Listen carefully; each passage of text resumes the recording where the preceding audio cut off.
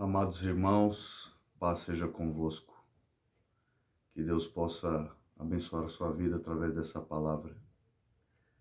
Referente à Páscoa, nessa semana, seria a última semana de Jesus. Então ele já não teria mais tempo para ficar com rodeios, Ele já ia pregar direto, ele já ia franzir a testa quando trouxesse uma palavra, ia falar somente sobre a salvação. Já preparando, falando sobre o reino de Deus, da vinda do reino de Deus. Quero compartilhar com os irmãos o Evangelho de Jesus Cristo, conforme João, capítulo 20. Está escrito assim: E no primeiro dia da semana, Maria Madalena foi ao sepulcro de madrugada, sendo ainda escuro, e viu a pedra tirada do sepulcro. Correu, pois, e foi Simão Pedro e ao outro discípulo, a quem Jesus amava, e disse-lhes: Levaram o Senhor do sepulcro, e não sabemos onde o puseram. Então Pedro saiu com outro discípulo e foram ao sepulcro. E os dois corriam juntos, mas o outro discípulo correu mais apressadamente do que Pedro, e chegou primeiro ao sepulcro. E, abaixando-se, viu no chão os lençóis, todavia não entrou. Chegou, pois, Simão Pedro, que o seguia, entrou no sepulcro e viu no chão os lençóis, e que o lenço que tinha sido posto sobre a sua cabeça não estava com os lençóis, mas enrolado num lugar à parte. Então entrou também o outro discípulo, que chegara primeiro ao sepulcro, e viu e creu, porque ainda não sabiam a escritura que era necessário que ressuscitasse dentre os mortos. Tomaram, pois, os discípulos para casa, e Maria estava chorando fora, junto ao sepulcro. Estando ela, pois, chorando, abaixou-se para o sepulcro, e viu 2 anjos vestidos de branco, e sentados onde tivera o corpo de Jesus, e um à cabeceira e o outro aos pés. E disseram-lhe eles: Mulher, por que choras? Ela lhes disse: Porque levaram o meu Senhor, e não sei onde o puseram. E tendo dito isto, voltou-se para trás, e viu Jesus em pé, mas não sabia que era Jesus. Disse-lhe Jesus: Mulher, por que choras? Quem buscas? Ela, cuidando que era o jardineiro, disse-lhe: Senhor, se tu o levaste, dize-me onde o puseste, e eu o levarei. Disse-lhe Jesus: Maria. Ela, voltando-se, disse-lhe: Rabone, que quer dizer mestre. Disse-lhe Jesus: Não me detenhas, porque ainda não subi para meu Pai, mas vai para meus irmãos, e dize-lhe que eu subo para meu Pai e vosso Pai, meu Deus, vosso Deus. Amém. Glória a Deus. A Páscoa foi instituída através de Moisés, por Deus através de Moisés.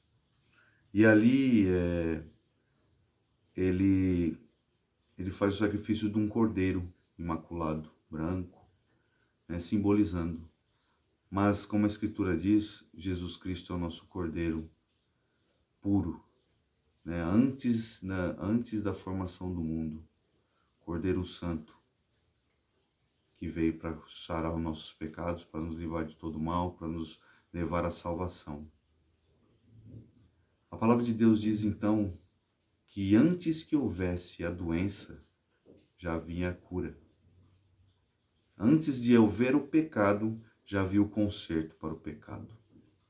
E a única forma que tínhamos, que alguém viesse como homem, mas que tivesse um sangue puro, o sangue da majestade de Deus. Porque um pecado contra uma majestade só pode ser revogado se outra majestade fizer. Então, por isso que Jesus veio. Jesus foi a nossa única salvação. O Antigo Testamento ele só preparou para que o Novo Testamento fosse realizado, conforme a palavra de Deus. O Antigo Testamento aponta sempre para Jesus. E Jesus vem por nós, para nos salvar. Mas eu quero falar aqui um pouquinho da perspectiva de Maria, Maria Madalena. Né? No século VI, o Gregório, né, o Papa Gregório, ele erra numa pregação dele, confundindo Maria com a prostituta, porque na Bíblia fala em sequência as histórias, né, da prostituta que se ajoelha aos pés de Jesus, que é perdoada, e depois fala de Maria. E aí ele assimila as duas. E como para os católicos o Papa é infalível, a partir daquele momento eles começam a dizer que Maria era aquela prostituta, mas não é. Foi só um erro de interpretação da Bíblia. Maria é aquela mulher que foi liberta de 7 demônios por Jesus. E a partir de então, ela começou a seguir Jesus. Ela era como um discípulo. Estava sempre fazendo a obra junto com Jesus. E como diz em Marcos capítulo 16, ela envolve também a parte financeira. Ela envolve tudo. Né? O chamado de Deus para a nossa vida envolve todas as áreas da nossa vida. Não só uma coisa ou outra, mas assim, tem irmãos que são crentes só no adesivo do carro. Só no dia que põe o terno para ir para a igreja. Só no momento que lê a Bíblia. Né? Só no momento que encena uma oração, não sei. Mas o chamado que Deus tem para nós é o chamado de uma vida. O chamado que nós seguimos custa toda a nossa vida, custa tudo, custa o nosso tempo, custa a nossa meditação, custa você arriscar muitas coisas sobre a sua vida. Por isso que nós temos que estudar a palavra e nunca se perder na ideia de homens, mas sempre estar envolvido com a palavra e procurar entender o que Deus quer falar com a gente através da palavra dele. Maria, nesse momento, ela não tinha ideia da ressurreição. Então, ela estava na perspectiva da perda. E aí a gente pode entender que ela estava vivendo um momento de depressão ali. Ela poderia naquele momento estar assim, eu vou fazer a última coisa, servindo Jesus. Vou vir aqui, vou pegar o corpo dele, porque na sexta-feira, quando deu 6 horas da tarde, todos tinham que se recolher, né? Porque o sábado para o judeu é sagrado. Eles guardam o sábado. Então, por causa disso, domingo de madrugada ela já estava lá para servir Jesus, disposta. Por mais que ela estivesse sentindo a dor, o sofrimento, por mais que a cabeça dela estivesse pensando assim, ele era o meu Salvador. Pensávamos, como os discípulos do caminho de Emaús, né? Pensávamos que ele era o Salvador, mas está morto. E Jesus se encontra com eles e fala com eles. Nesse momento, Maria ela está caindo num funil de depressão. Nesse momento, ela pode estar em conflito com ela mesma, com Deus, né? Pensando, mas eu acreditei tanto, eu preguei para tantas pessoas e agora ele se foi. E ela deve estar questionando, mas por que Deus? Por que foi assim? Por que ele orava, fazia milagres e a sua palavra estava viva nele e aconteceu isso com ele? Ele andou sobre as águas, ele orou, curou muitas pessoas, mas quando precisou, né, ele mesmo disse que legião de anjos, se ele orasse, vinha a favor dele, mas os soldados cuspiram e o massacraram. E quando ela fechava os olhos, naquele dia, ela só via a imagem do mestre sendo transpassado pela lança. A Bíblia fala que ela estava aos pés da cruz. Então ela viu ele morrer. Uma morte que não foi fácil, uma morte violenta, uma morte cheia de sangue. Tudo isso ele fez por nós. E aí, o que pode se passar pela cabeça dela nesse momento? Porque a perspectiva dela é apenas da perda. Por isso que naquele momento, quando ela se encontrou com Jesus, ela não reconheceu Jesus. Irmãos, que as nossas perdas, que as nossas dificuldades, que os nossos traumas, que coisas que acontecem na nossa vida que são traumáticas, que são coisas que talvez possam nos gerar depressão. Que em nome de Jesus, elas não mudem a nossa perspectiva. Que a gente ainda continue vendo Jesus. Que a gente ainda continue olhando para Jesus.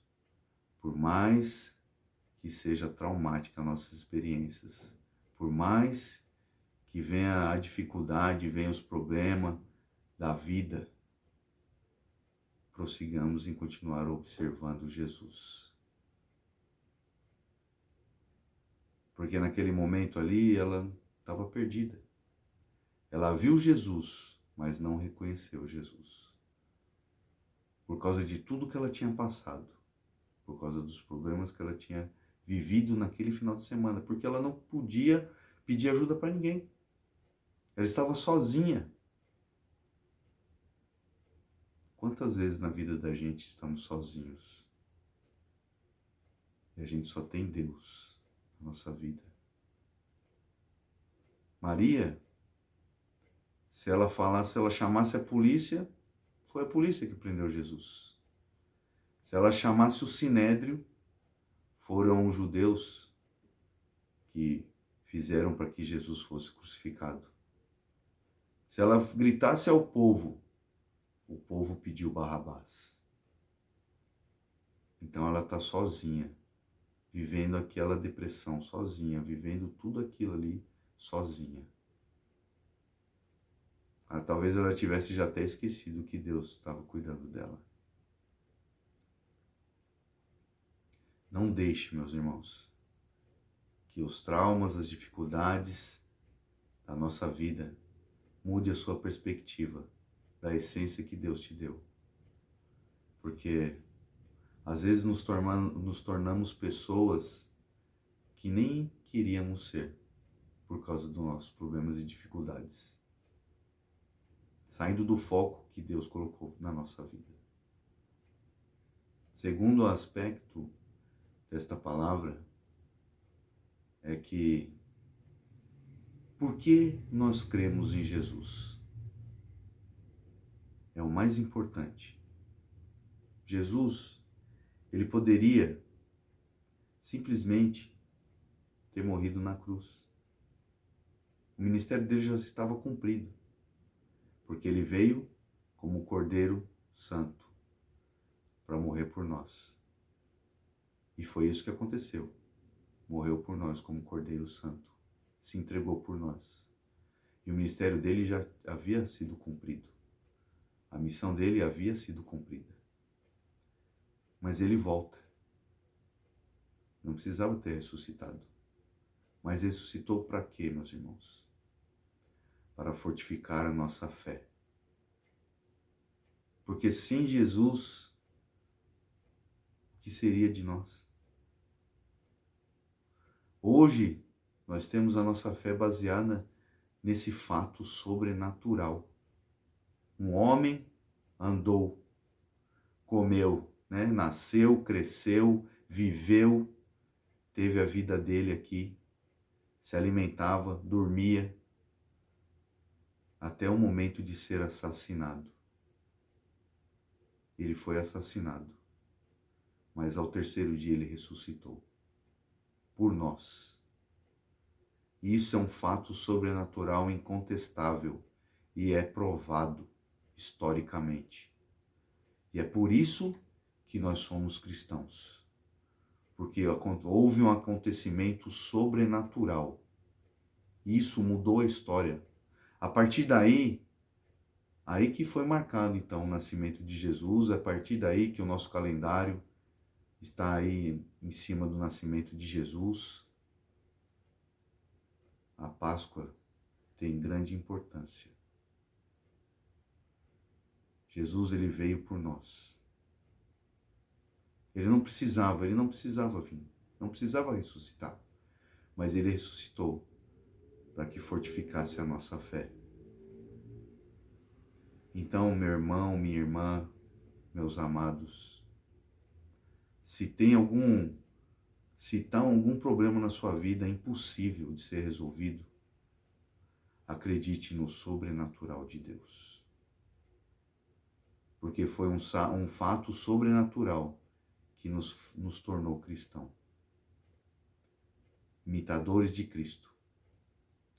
Então, nunca deixe de acreditar no sobrenatural, nunca deixe de acreditar que vai acontecer um milagre na sua vida. Vai haver uma transformação da qual as pessoas vão se espantar. Acontecerá coisas na sua vida que somente o milagre pode fazer. Essa é a mão de Deus, esse é o agir de Deus. É assim que Jesus age, no sobrenatural. Quando ninguém mais pode fazer, Jesus vem e faz. Esse é o nosso Deus do impossível. Jesus veio para tornar o impossível possível na sua vida, meu irmão, minha irmã. E terceiro, Maria tinha acabado de falar com Jesus, mas não reconheceu Jesus. Mas quando ela se volta procurando, né, querendo saber onde está o corpo de Jesus, Jesus chama ela pelo nome. Chama ela de uma forma que só mesmo ela, né? Mulher, por que choras? Quem busca? Ela, cuidando que era o jardineiro, disse-lhe: Senhor, se tu levaste, dize-me onde o puseste, e eu o levarei. Ela estava disposta a pegar um homem de 30 anos, carregar nos braços, porque queria cumprir o que ela tinha dito que ia cumprir. Ia cuidar de Jesus, pelo menos uma última vez. E disse-lhe Jesus: Maria. E ela, voltando-se, disse-lhe: Rabone. Glória a Deus. Jesus, naquele momento, falou com ela de uma forma que só mesmo ela sabia. Naquele momento, ela entendeu que Jesus estava ali, falando com ela. Não era o jardineiro. Às vezes você pode estar aqui ouvindo esta palavra aqui, querendo buscar um entendimento, alguma coisa, mas assim, eu só quero entender um pouquinho, ou alguém que está falando aí, esse rapaz aí que está falando aí, não sabe, não conhece nada, mas é a palavra de Deus. Eu não sou nada mesmo, não sou ninguém, mas quando a palavra de Deus é mencionada, é o próprio Deus que está falando. Que a gente possa sempre estar com o coração aberto para ouvir a voz de Deus falando com a gente. Quando Jesus fala para ela assim, Maria, ela entendeu. Porque ela responde Rabone, né? Quando no hebraico, quando termina em i, é meu, né? Então Rabone quer dizer meu mestre. Quando ela disse meu mestre, ela não só disse meu mestre, mas ela disse: o Senhor ressuscitou por mim. O Senhor voltou por mim. O Senhor tem cuidado de mim. Então, meus irmãos, por mais que venha a dificuldade, os problemas, o Senhor tem cuidado de vocês. O Senhor tem olhado para vocês. E às vezes é permitido que a gente passe por dificuldades para que lá na frente a gente reconheça que houve a mão de Deus, que Deus fez o melhor por nós. Meus irmãos, que Deus abençoe todos, que a paz do Senhor ilumine a vida de cada um de vocês. Senhor, meu Deus eterno e amado Pai, eu não sou nada, eu não sou ninguém, mas o Senhor sabe de todas as coisas. O Senhor toma conta de cada um. O Senhor conhece e esquadrinha os nossos corações. E o Senhor sabe o desejo e a vontade que nós temos de servir, Pai. Oh, Pai, perdoa-nos, Pai, sobre as nossas falhas, os nossos pecados, Senhor, os nossos erros humanos, Senhor. Oh, obrigado, Senhor. Nos abençoa, Pai. Nos direciona, Pai. Nos dá o caminho que precisamos seguir, Pai.